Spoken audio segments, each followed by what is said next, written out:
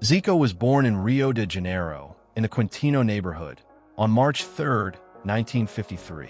From an early age, he lived in a humble family, facing the typical difficulties of a lower middle class. Even with the challenging scenario, it was in the simple environment of his neighborhood that his great passion for football emerged.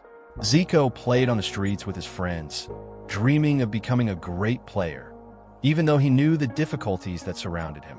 The reality of his family, which did not have many resources, did not stop him from following his love for sport. The family was a fundamental foundation in his formation. His mother, Dona Herminia, and his father, Antonio Coimbra, always encouraged him. But it was his brother Edu, also a football player, who played a special role in his career. Edu, older and with more experience, served as an example and support for Zico, sharing tips, teachings, and even overcoming obstacles alongside him. The bond between the two brothers was decisive for Zico to continue his search for a future in football. The path to success, however, was not easy. In Rio de Janeiro, where competition in football was intense, Zico faced the difficulty of getting opportunities.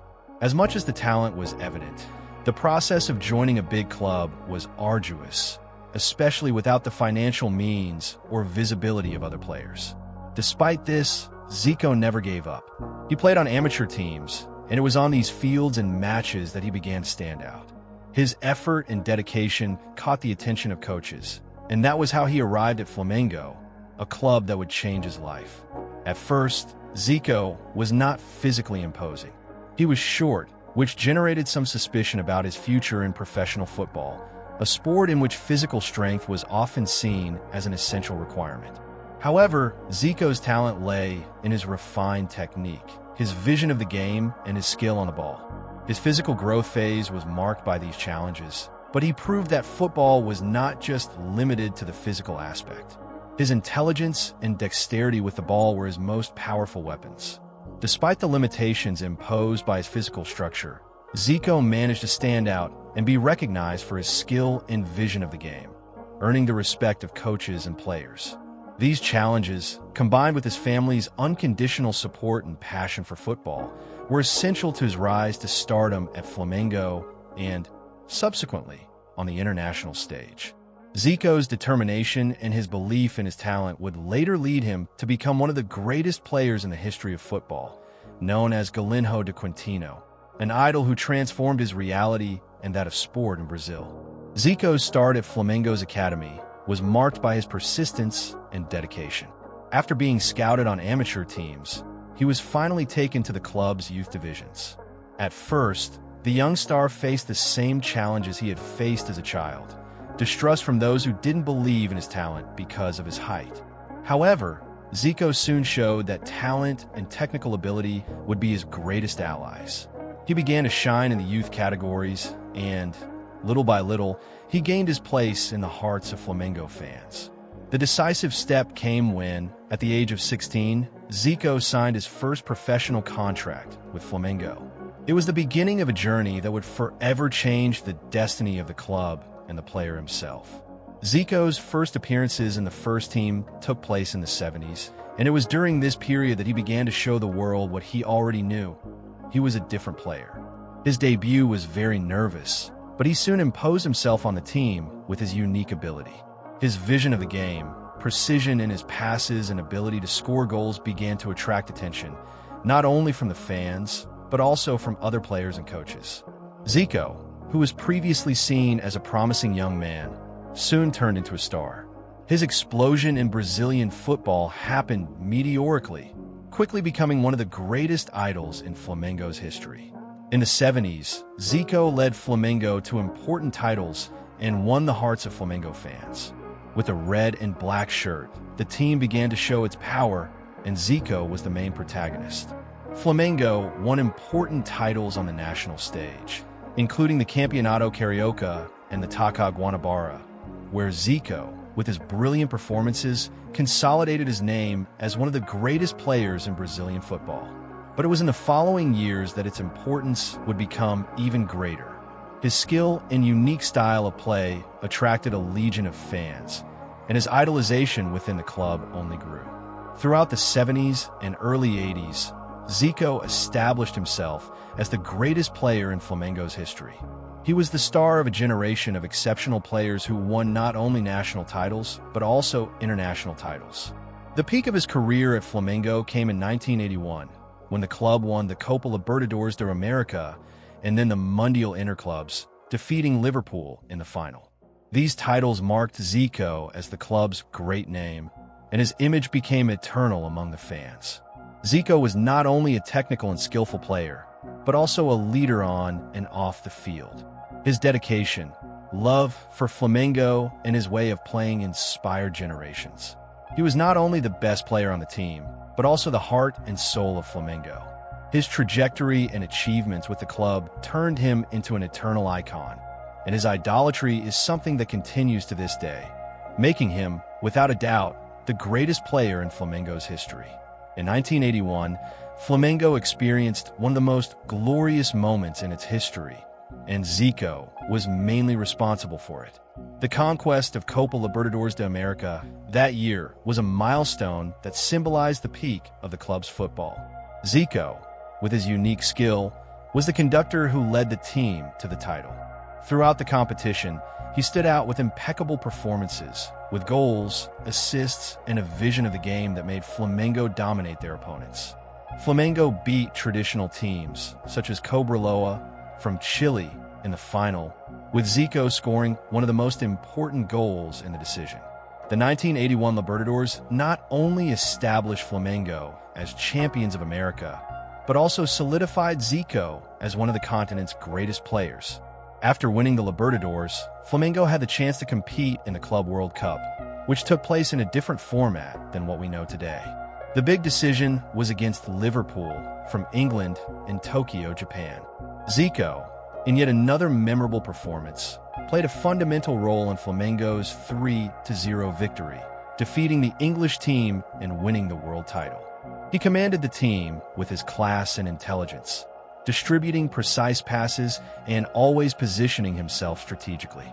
The victory over Liverpool was a historic feat for Brazilian football, and Zico, with his leadership, ensured that Flamengo was recognized as the best club team in the world that year. These two conquests, the Libertadores and the World Cup, not only strengthened Zico's status as an idol of Flamengo, but also put him in the spotlight on the international stage.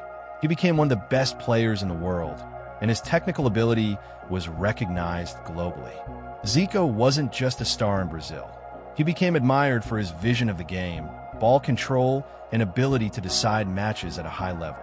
His brilliant performance in tournaments made him a global reference, being compared to the biggest stars of the time. In 1981, Zico's consecration was even more significant when he received the honorary Ballon d'Or of France football, a distinction that celebrated his excellence in world football. The honor was a recognition of his career and the achievements he achieved, not only for Flamengo, but also for his international career. The honorary Ballon d'Or was a reflection of the respect and admiration that Zico earned around the world, crowning him as one of the greatest players in the history of football. He not only won titles, but also established himself as a sports icon, a living legend, being revered in every corner of the planet. In short, 1981 was Zico's year. With his decisive performances in the Libertadores and Club World Cup, he took Flamengo to the top of the world and, at the same time, established himself as one of the greatest players of all time. His legacy, both nationally and internationally, is immeasurable, and the recognition he received during that period was just a reflection of his greatness on and off the field. Zico debuted in Brazilian team in 1976, but his first big opportunity to shine in an international tournament came in 1978 World Cup in Argentina. Although Brazil did not win the title in that tournament, finishing in a frustrating third place, Zico's participation was significant. He, still young and on the rise, showed what his enchanting football would be. Even though he was not the main name of the team at the time, number 10 began to stand out as one of the great promises of Brazilian football.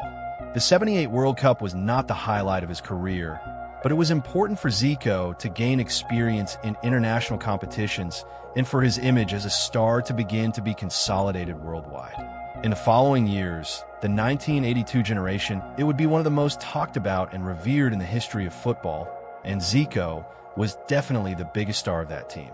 The 1982 Brazilian team, under the command of Tele Santana, was one of the most skillful and beautiful to see play, with players like Socrates, Falcao, Cerezo, and Zico forming a talented team that enchanted the world. That year's World Cup, held in Spain, represented Zico's chance to finally win the title he so desperately wanted. His performance alongside his teammates was brilliant, with the Selecao playing offensive and creative football, scoring goals, and enchanting everyone who watched the games. Zico, as the team's technical leader, was one of the highlights, controlling the pace of the game, making decisive passes, and showing his great class. However, the frustration came in the quarterfinals, when Brazil was eliminated by Italy in an epic but tragic match for the Brazilians, who lost 3-2. Zico, even today, is associated with the pain of elimination, as he personally felt the weight of not being able to win the world title he dreamed of. The 82 generation, despite being considered one of the best of all time, was marked by a melancholic elimination, and Zico, as one of the greatest icons of that team, also suffered deeply. The search for the World Cup title continued, and in 1986, Zico had his last chance to win the trophy he dreamed of. Brazil, once again, had a talented team full of stars, but the 1986 World Cup, in Mexico, it would be different. Zico, now with more experience and maturity, had high expectations for himself, but fate was cruel. During the tournament, he suffered from injuries that affected his performance. A pain in his knee prevented him from playing at his best, and he was unable to show the football that everyone expected. Even so, Zico was still fundamental in Brazil's campaign, and his presence on and off the field, with his leadership spirit, helped the Selecao until the semi-final, where Brazil was eliminated by France on penalties. The elimination was painful, and Zico, once again, felt the weight of not being able to lead Brazil to the title, especially after the physical toll that his injuries imposed on him. Despite not having won the World Cup, Zico left an indisputable impact on the history of the Brazilian team. He was one of the greatest players in the history of football, and his influence went beyond his performances on the field. His talent, his vision of the game, his refined technique, and his leadership made him an icon of the sport. The way Zico played, with his touch of the ball, tactical intelligence, and passing and finishing skills, was a reference for future generations of players. Even without the world title, Zico is revered as one of the greatest athletes to wear the Brazilian national team shirt. His international career, full of ups and downs, is a reflection of the passion and love he has always shown for football, being a figure who, even without the World Cup trophy, won the recognition of everyone who saw him play. Zico has immortalized himself as one of football's greatest idols, and his story will continue to be remembered, not only for the titles, but for the style of play and the dedication he always demonstrated on the field. After the frustration of the 1982 and 1986 World Cups, Zico took a new step in his career by moving to Football Italian. In 1983, he joined the Udinese, a club from northern Italy. Zico's decision to play in European football was met with surprise, as many believed he could still be one of Brazil's greatest players. But his choice for Italy was also a reflection of his desire to experience new challenges. However, Zico showed all his class outside Brazil too. In Udinese, despite the club not being one of the biggest in Italy, Zico quickly adapted and stood out, being one of the stars of Serie A. His technical ability, vision of the game, and precision in dead balls impressed the Italians, and he won the idolatry of Udinese fans. Despite spending just 3 years at the club, Zico was treated like an idol, and his time in Italy is remembered fondly by fans, who were enchanted by his refined style of play and his ability to decide matches masterfully. After his experience in Italy, Zico returned to Flemish in 1985 to live what would be his last great chapter as a player in Brazil. He returned to his favorite club, where he was already a legend and had another successful spell, winning titles and continuing to shine. In 1987, Zico was instrumental in winning the Carioca Championship, alongside players like Bebeto, Junior, and Leandro, and once again showed that he still had a lot to offer on the field. However, the end of his career was near, and Zico began to prepare for the farewell to the lawns. His last official game as a player was in 1994, after a career full of achievements and memorable matches, which left an indelible mark on Flamengo and the history of world football. With his departure from the fields, Zico began his transition to a career as a coach and manager. Always highly respected for his tactical vision and the way he understood the game, he quickly became coach of major teams, including Flamengo, and also became involved in sports management projects. His experience and knowledge of football made him an important figure in several roles, not only as a coach, but also as a mentor to new players, helping to form future generations. However, the most surprising transformation in Zico's career occurred in Asia, more specifically in Japan. Zico's impact on Japanese football, it was extraordinary. In 1991, Zico received an offer to become coach of the Kashima Antlers, Team J-League, and although many didn't expect much from his time in the country, he quickly proved to be a smashing success. As a coach, Zico led Kashima Antlers to titles and revolutionized Japanese football with his attacking style of play and his formation philosophy. More than that, he became an icon in Japan, being treated with great respect and admiration, both by fans and by the Japanese players themselves. Zico's relationship with Japan went beyond his career as a coach. He was instrumental in sport development in the country, promoting the popularization of football and helping to increase the quality of the game in Japan.